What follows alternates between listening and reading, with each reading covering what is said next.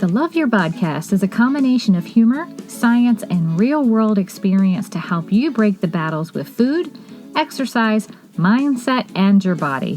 From head to toe, inside and out, this podcast has you covered.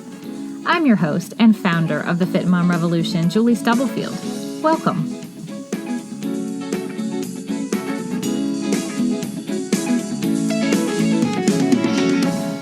Hello, Love Your Podcast listeners. Thank you so much for tuning in again this week and for giving me a little bit of space in your ear and hopefully in your heart. If you've not listened to episode 74, make sure you go back and listen because it explains basically what we're going to be doing for the next few episodes, which is taking a little detour through compassion. We identified that you can't just flip a switch and go from hating your body to loving it. And you have to get to the genesis of everything, which is compassion. So just like we can't flip that switch and go from hating our bodies to loving it, we can't go from the notion of, oh, hey, I don't have compassion. I'm going to go find it. Here it is. Everything is great. It doesn't work that way. So we're going to take baby steps to discover sources of compassion, how you can foster more of that in your life, how you can create and find more of it for yourself, and why all of that matters. But before we can do that, we actually have to talk about what compassion is not. So by the simplest definition, compassion is wanting to end the suffering, whether it's for yourself or someone else or a situation or whatever the case may be. And of course, there are lots of different gray areas in that definition, and you can tailor it to a lot of different ways. But compassion is a good thing. It means you're seeing something and wanting to make that experience better, whether it's for yourself or someone else. So let's talk about lack of compassion. Lack of compassion is when a message, a meme, a blog post, a podcast, or whatever makes you feel less than, or inadequate, or lazy, or full of excuses, or unmotivated. I've got a little secret for you. The wellness industry is very sick. Very sick. And I'm not saying across the board with every aspect, but in how you are marketed to and oftentimes how you are supported, it is incredibly sick because it lacks compassion. We talk about, sweat is our fat crying, and we have to blast whatever at the gym and punish ourselves and, beat off the calories that we consumed and whatever else. And we have to cleanse whatever impurities out of our bodies and detox this and purify that. And oh my gosh, after all of that, it's hard to believe that there is anything good about our bodies, right? We see images of, get rid of the belly bulge and, trim down your thighs and get rid of that back fat. And nobody wants a flappy back of their arm. Oh my gosh, quit picking people apart. We are whole already. The wellness industry is sick and doesn't show a lot of proper compassion. So, what does that mean for you? Well, first of all, at some point, I'm going to be working on that sickness part of the wellness industry. But in the meantime, I'm working on helping you because, well, you're my listener, and I have compassion. I want to help you navigate the wellness space and your own life in a way that feels right for you.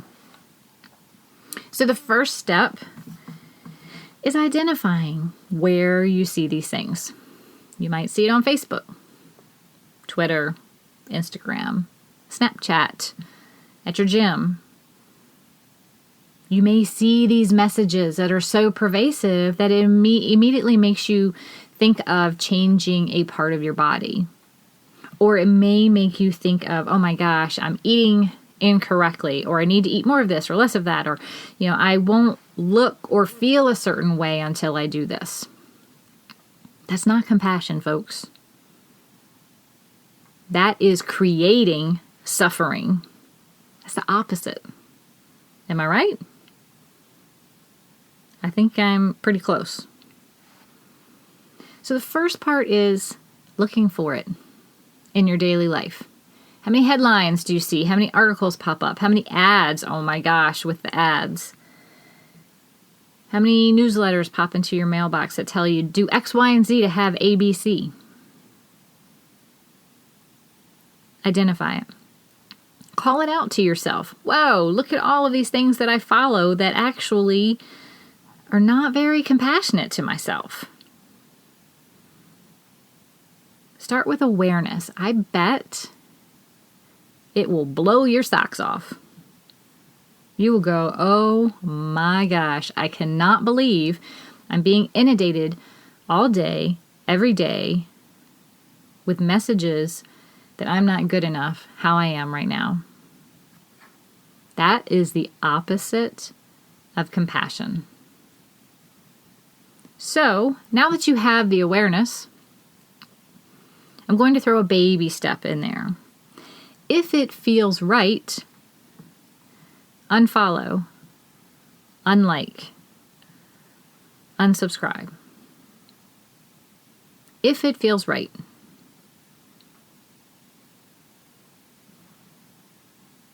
If it doesn't feel right, then just keep observing.